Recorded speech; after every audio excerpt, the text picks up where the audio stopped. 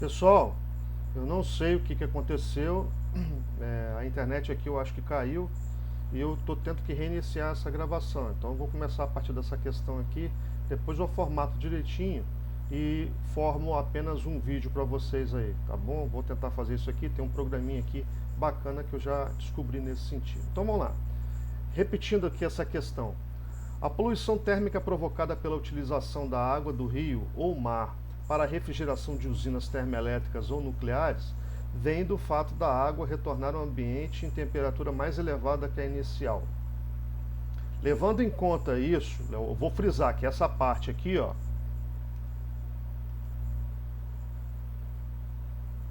essa parte aqui não é permitido pela legislação ambiental brasileira, tá? A empresa ela tem que resfriar essa água antes a temperaturas ambiente, né? Ou seja, mesmo a temperatura que ela captou a água, ela tem que devolver essa água, tá? E isso, agora, se isso é feito na íntegra, essa é uma outra questão. Normalmente, o que as empresas fazem? Elas fazem tipo um circuito de água, onde a água é captada, né? Tem uma tela para não permitir partículas, ou melhor, biota grosseira de passar, ou seja, peixes, animais marinhos, né, porventura batem nessa tela. A água é captada por bombas superpotentes e essa água vai para resfriar os equipamentos. No caso das usinas nucleares e termoelétricas, elas precisam vaporizar a água para passar pelas turbinas e o movimento das turbinas produz energia elétrica, né? Então o que acontece? Mesmo assim, a água residual, que pode voltar mais salina, ela vai ter que retornar para o ambiente e, nesse caso, a empresa vai ter que adicionar água para poder refazer a questão da concentração da água do mar ambiente, para poder retornar essa água para lá. Então isso, de certa forma, facilita fazer com que essa água, quando ao retornar para o ambiente, ela possa retornar na temperatura mais próxima possível do momento em que ela foi retirada. Não sei se eu me fiz entender, mas é mais ou menos isso que a legislação ambiental cobra.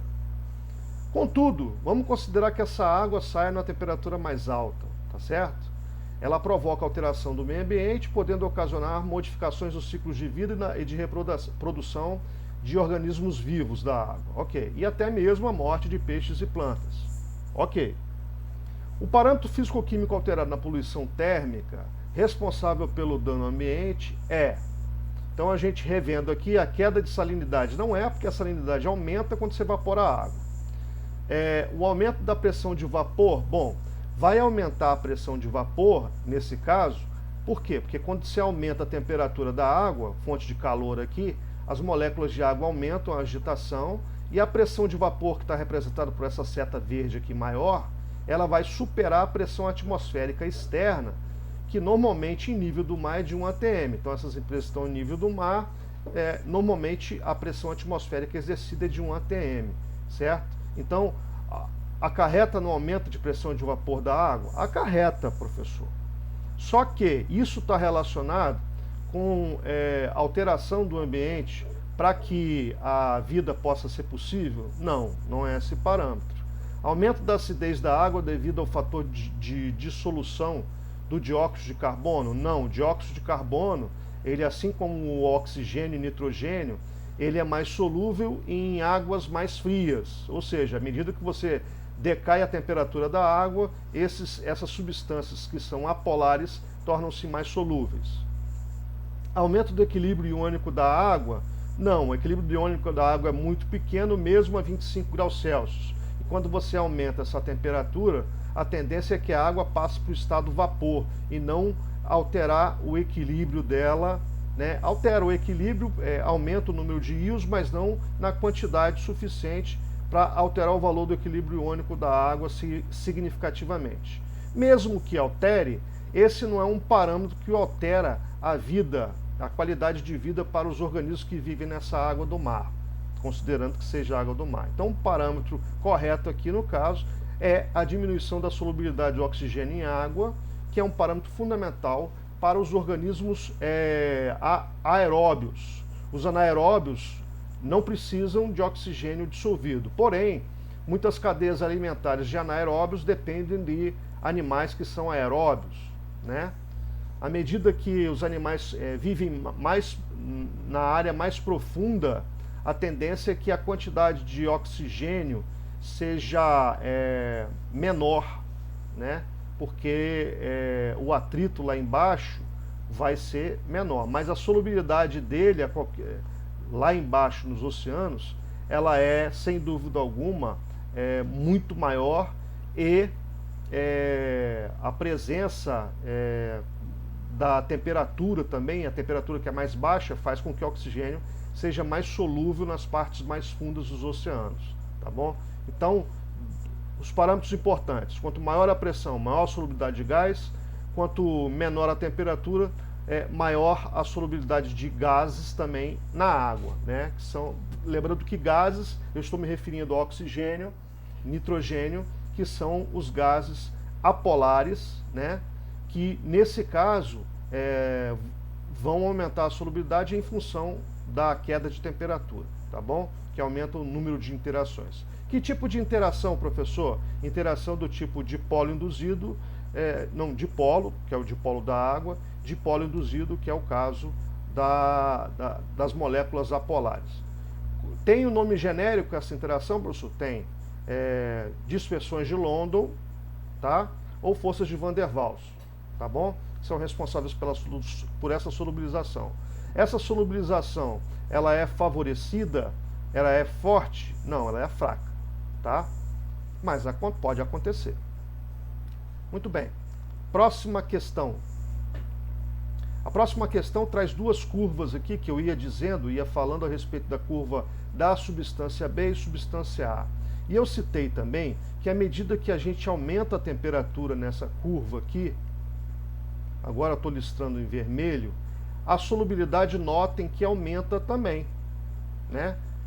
Então, como é que eu avalio o aumento de um parâmetro no gráfico com o aumento do outro? Eu pego a curva e vou traçando segmentos de reta, né? Não precisa ser perfeito, segmentos de reta, esboços de segmento de reta. Se você notar que essas retas são cada vez maiores, significa que a curva é endotérmica. Se você notar que essas retas sejam cada vez menores, significa que a curva é exotérmica. No caso aqui, eu tenho uma curva mais aguda, onde ela é mais endotérmica do que a outra. Então precisa de mais temperatura mais alta para ocorrer solubilidade do que a curva relativa ao soluto A. Muito bem. Letra A está perguntando assim: qual a menor quantidade de água necessária para dissolver completamente a 60 graus? Então, o ponto de 60, eu vou apagar esses riscos aqui para não te confundir. E eu vou colocar o ponto de 60 marcado numa cor diferente para você acompanhar comigo. Então eu vou usar aqui, vou usar uma cor preta, tá? Porque a curva é azul. Então vamos lá, 60 graus. 60 graus está aqui, a temperatura em graus Celsius está aqui no eixo das abscissas, o eixo X. A gente pega esse segmento de reta aqui e vamos até lá em cima. Então nós temos essa solubilidade aqui. Qual é a solubilidade retratada aqui, professor? 40 gramas para cada 100 gramas de água.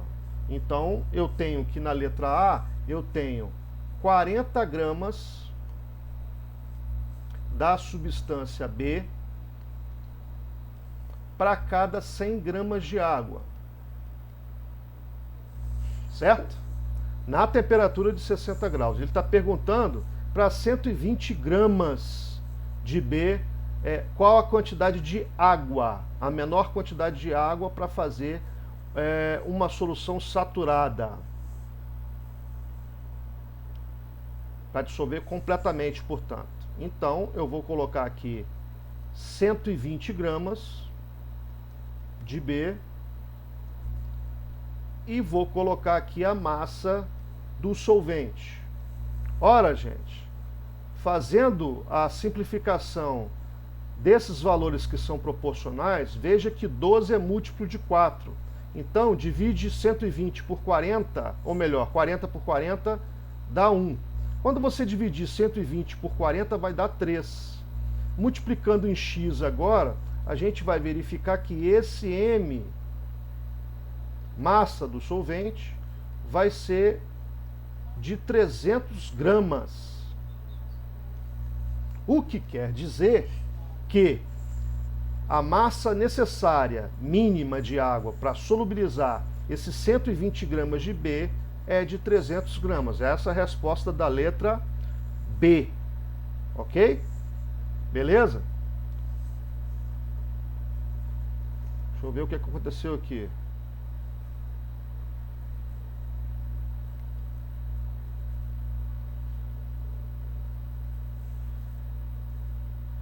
Só voltei lá para não perder a gravação, pessoal, tá? Então vamos voltar aqui ao exercício.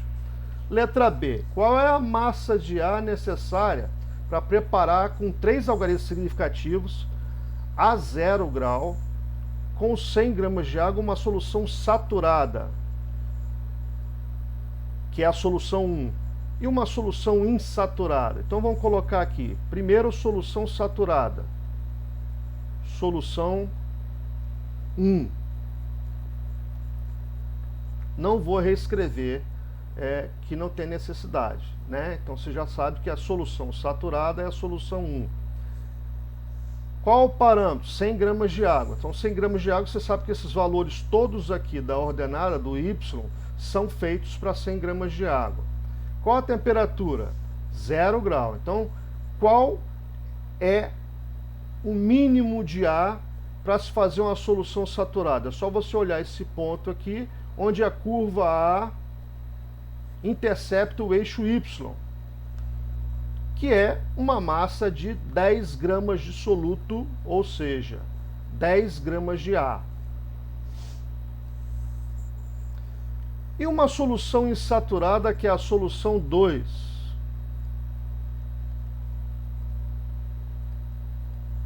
Solução insaturada vai ter que ser abaixo de 10. Então eu vou colocar lá que a massa de ar vai ter que ser igual. Mas eu pedi aqui, né, a massa necessária com 3 significativos. Então tem que ser a máxima possível para preparar uma solução insaturada, né, com 3 significativos. Então nós vamos fazer o seguinte, galera. Nós vamos colocar aqui 9,50. Deixa eu ver. Não. Vamos, melhor ainda. Vamos colocar 9, deixa eu ver aqui. 90.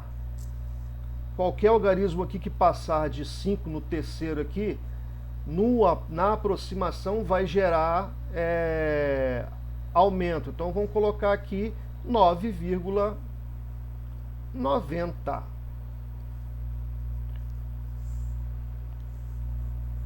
Qual o erro cometido? Não é 9,90, é 9,94. Por quê? Porque se for 5 ou mais, nesse caso, vai gerar arredondamento. Então aqui nesse caso, a gente tem a massa máxima para se fazer uma solução saturada, solução 2, 9,94 gramas de A. Beleza, pessoal? Próxima questão. A dissolução de uma substância em água pode ocorrer por absorção ou liberação de calor. Quando ocorre a absorção, ela é endotérmica. Quando ocorre a liberação de calor, ela é exotérmica. O esquema da figura 1 apresenta temperaturas da água destilada e das soluções logo após as dissoluções de nitrato de sódio. Nitrato de sódio, está aqui. E hidróxido de sódio, hidróxido de cálcio, perdão, é essa substância aqui, ó. Cálcio, sódio. Não esquecer disso, tá? Os gráficos da figura 2 representam curvas de solubilidade para as suas substâncias consideradas. Vamos analisar uma coisinha aqui, pessoal. A água estava a 25 graus Celsius. E aqui, depois de adicionar e dissolver completamente o nitrato de sódio, ela ficou a quanto? 21 graus. Isso significa que ela baixou a temperatura. Significa que absorveu o calor da vizinhança, certo? Por isso, a vizinhança ficou com a temperatura mais baixa. Não é isso? Então, o processo aqui é o quê? Endotérmico. Aqui, a temperatura aumentou. Significa que, ao dissolver o hidróxido de cálcio, a temperatura está aumentando. Então, esse processo aqui é exotérmico.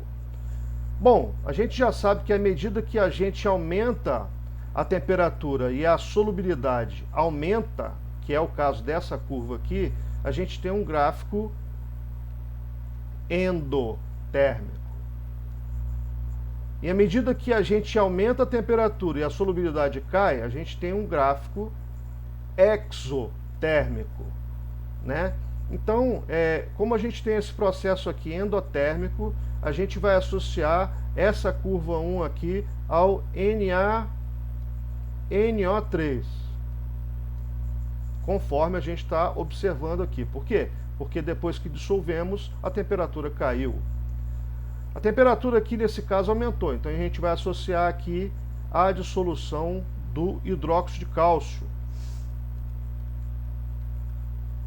Agora que a gente fez esse raciocínio, vamos escolher a alternativa aqui. Quanto ao calor liberado ou absorvido na dissolução, o calor de dissolução, que a gente vai chamar de ΔH dis, e a curva de solubilidade, assinale a alternativa que apresenta as propriedades que correspondem, respectivamente, à dissolução do nitrato de sódio e a do hidróxido de cálcio. Então, vamos ver. Nitrato de sódio e hidróxido de cálcio, respectivamente, né? Nitrato de sódio é endotérmico. Ok? Então, só temos duas alternativas. Endotérmico significa que o ΔH é maior do que zero. ΔH de dissolução maior do que zero.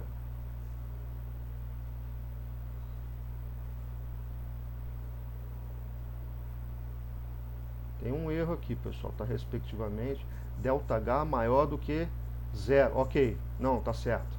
ΔH maior do que zero, endotérmico, todas duas. E a curva que se refere ao sal nitrato de sódio é a curva 1. Então, só essa alternativa aqui bate com toda a informação.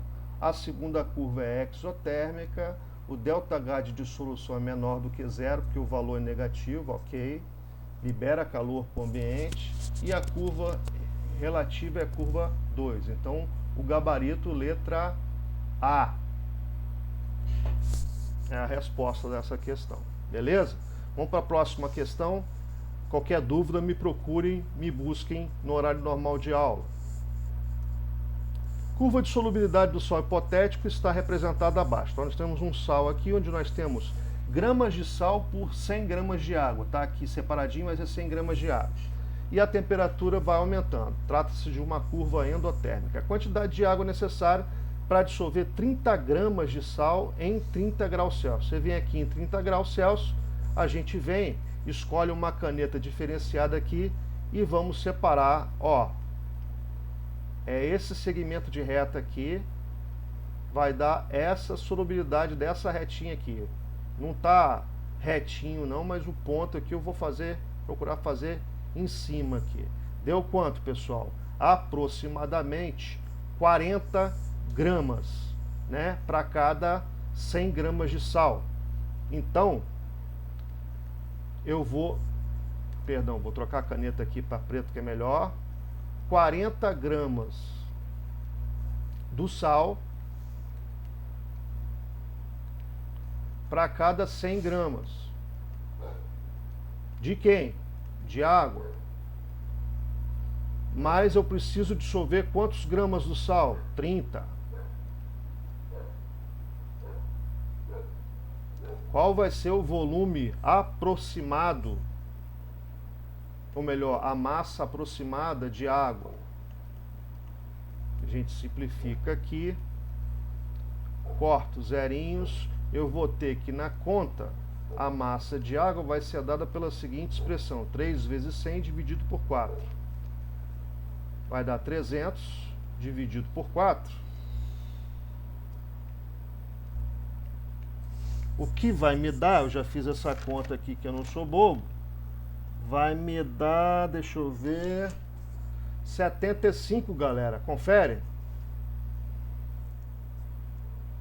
75, 280, deixa eu conferir aqui, a piúde,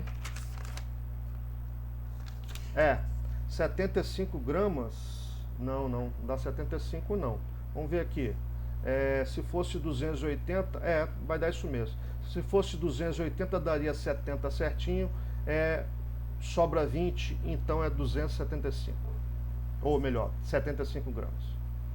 Letra C, a alternativa aqui, 75 gramas de água, beleza? Próxima questão é questão muito interessante. À medida que você migra aqui, ó, isso aqui é muito importante você notar. Então vou fazer aqui em laranja, ó. À medida que você sobe, aumenta o quê? A solubilidade, certo? Só que a curva de solubilidade do sal está aqui. Então essa aqui é a típica solução saturada. Abaixo dessa curva, todos os pontos retratam um ponto de insaturação. E acima, todos os pontos retratarão uma situação de supersaturação. Professor, como que acontece a supersaturação? Acontece quando você ferve uma água, por exemplo, coloca uma determinada substância que tem solubilidade endotérmica, ela solubiliza e você consegue reduzir a temperatura paulatinamente dessa solução sem permitir, você decai a temperatura tão rápido que a substância continua dissolvida. Então você vai ter uma solução supersaturada que qualquer peteleco ou abalo externo vai fazer com que os grãos se precipitem. Essas soluções são normalmente chamadas de supersaturadas. Bom, qual a alternativa que retrata os pontos 1, 2 e 3, respectivamente? Ponto 1, saturado. Ponto 2, insaturado. Saturado, insaturado. Cadê? Saturado. Ponto 2, insaturado. Deixa eu ver se é isso mesmo. 1 tá aqui, saturado. Beleza. 2. Tá aqui não saturado, ok. Insaturado, beleza. E 3, supersaturada. Letra A.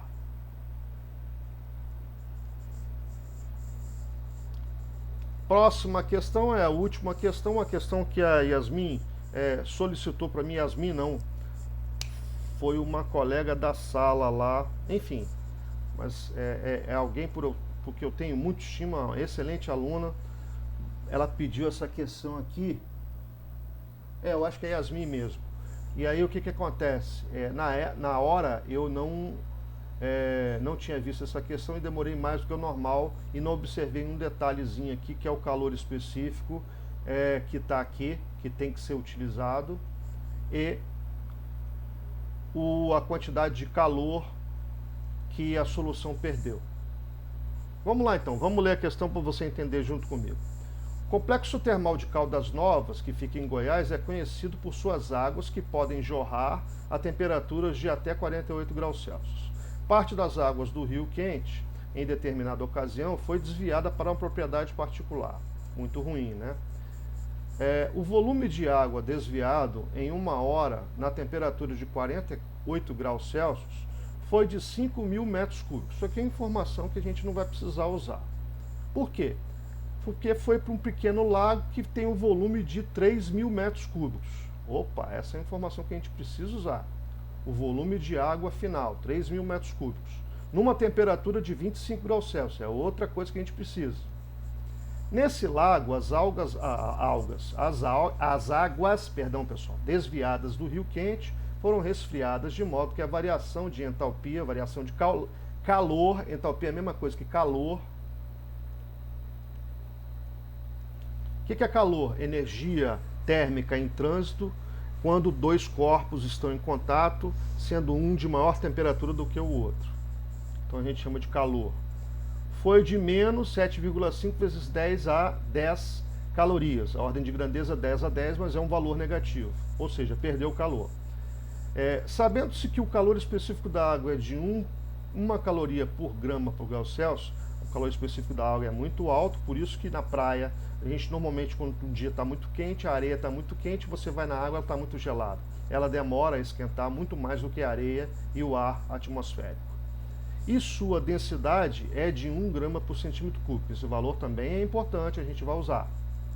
Determine a variação de solubilidade do nitrato de sódio presente no lago, considerando que o gráfico de solubilidade do sal em função da temperatura é apresentado a seguir. Vamos lá. Ela estava a 48 graus, 48 está aqui, galera. Vamos traçar, vamos pegar esse segmento de reta e vamos até aqui em cima. E nessa temperatura a solubilidade é retratada nesse ponto aqui por 105 gramas, certo? A solubilidade do nitrato de sódio. E ela sofreu uma queda de temperatura aproximadamente para cá. Aqui eu reparei uma coisa, e aí eu peço desculpas à turma que me assistiu hoje. Nossa, a reta aqui está horrorosa. Mas é a mesa digitalizadora aqui que atrapalha um pouco, pessoal. Reparem que aqui o ponto, a linha aqui deveria estar na mesma, coincidente com a metade. Então eu posso dizer aqui que essa temperatura aqui de 25 vai me dar uma solubilidade aproximada.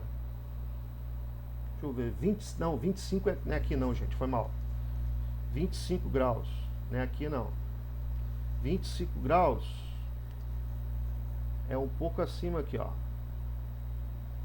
Então ela vai me dar um pouco mais de 85. Esse um pouco mais, venhamos e convenhamos, vai ser a metade aqui. Então vai dar 87,5 gramas, tá certo? Essa informação aqui é importante para a resolução do exercício. E aqui vai me dar 105 gramas,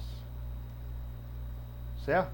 Só que repare uma coisa, essa aqui é a solubilidade, em relação à solução, não é o volume de água aqui, certo? Então a gente tem que usar o calor específico e temos que usar a quantidade de calor liberado aqui para chegar à variação que ele quer da solubilidade do sal em função da temperatura para cada 100 gramas de água, tá certo? Então eu preparei a conta da seguinte forma. Coloquei os dados aqui, a transferência foi de 5.000 metros cúbicos por hora, né? Eu imagino que esse tanque aqui demorou menos de 1 hora para encher, porque o volume é menor do que essa vazão aqui, né? Então o que acontece? O volume final transferido, 3.000 metros cúbicos a 25 graus Celsius. Lembrando que 1 metro cúbico equivale a quantos centímetros cúbicos? Aí você faz aquela continha, né? 1 metro equivale a 100 centímetros, eleva os dois ao cubo e você vai chegar à conclusão que 1 metro cúbico vai ser equivalente a 10 a sexta, porque aqui vai ser 10 ao quadrado vezes 3 vai dar 10 a sexta centímetros cúbicos, que eu estou usando aqui, ó. 1 metro cúbico equivale a esse valor aqui elevado ao cubo, que dá 10 a sexta centímetros cúbicos, que equivale a 10 a sexta ml, que por sua vez vai equivaler a 10 a sexta gramas, tá? Aí veja bem o que a gente vai fazer. Quantidade de calor que foi liberada foi negativa, mas a gente não vai usar número negativo aqui. Guarde que aqui o valor é negativo, portanto perde calor, ok? Eu vou usar aqui a canetinha preta para fazer o cálculo e vou colocar esse valor aqui. 7,5 vezes 10 a 10 elevado à 10ª potência, né? Qual a unidade, professor? Caloria. Qual a massa de água? A massa de água, a gente já chegou à conclusão aqui que é 10 a sexta gramas vezes o 3.000. Então vai dar 3 vezes 10 a nona gramas. O calor específico já foi dado aqui no problema, foi anotado aqui também, é 1. 1. Então eu vou colocar o 1 aqui. E o ΔH é o que a gente vai querer saber, certo? Você vai saber por que daqui a pouco. Então, no final, fazendo a análise dimensional, ou seja, fazendo a verificação da unidade, a gente vai ver que porque o calor específico é dado com essa unidade aqui, caloria vai ser cancelada. Tá vendo aqui? Grama vai ser cancelado, por quê? Porque está no denominador, certo? Então, vai ser cancelado. E a temperatura vai ser o que vai sobrar. Então, a unidade aqui que vai sobrar de ΔT vai ser em graus Celsius. Fazendo essa continha, nós vamos obter aqui, eu não sou bobo, já fiz essa conta, vai dar 25 graus Celsius. Então, qual a variação de temperatura que houve? Uma variação de 25 graus Celsius. Beleza. O que eu faço agora, professor? Ora, a gente precisa calcular a inclinação, o coeficiente angular da curva. Lembre-se que essa curva tem uma inclinação. Mas em quais pontos, professor? Inclinação é o que a gente chama esse ângulo aqui aproximado, né? Porque a curva ela não é uniforme, ela enverga mais para cima.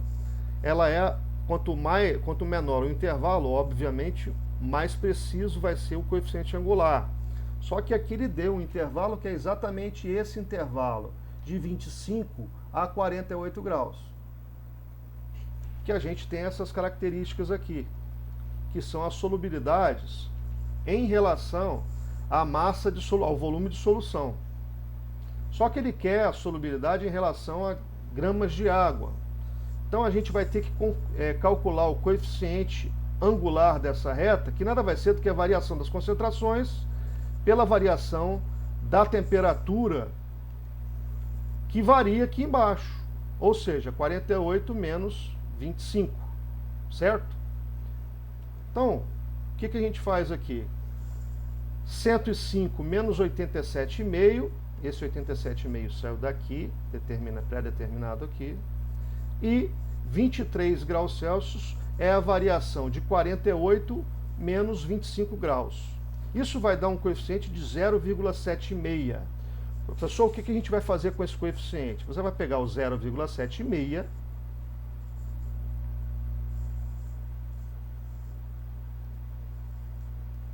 quanto que caiu a solubilidade? Você vai pegar a variação de temperatura e multiplicar pelo coeficiente calculado. Então, a variação de temperatura foi de 25 graus Celsius.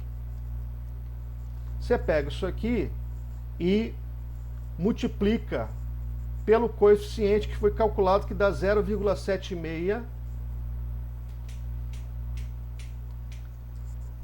0,76 gramas por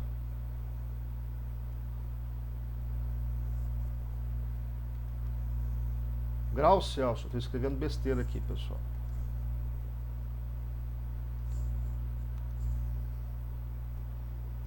O que vai acontecer aqui? Vai simplificar. Temperatura em graus Celsius, vai sobrar o quê?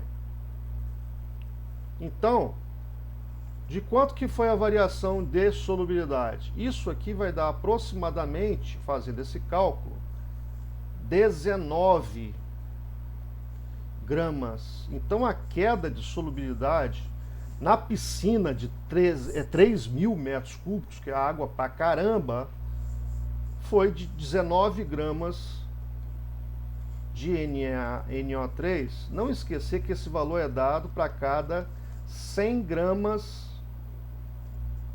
de água. Um valor razoavelmente normal, tá certo? Então essa água termal aqui, a variação de solubilidade foi dada em cima dessa situação aqui. Essa é a resposta para a questão, tá? Eu tinha dito para Yasmin que a resposta no exercício está errada, deu 15, na verdade são 19, eu tinha feito o cálculo equivocado na aula que foi gravada. Beleza? Obrigado pela atenção, espero que vocês gostem, tá bom? Fiquem com Deus, beijo no coração.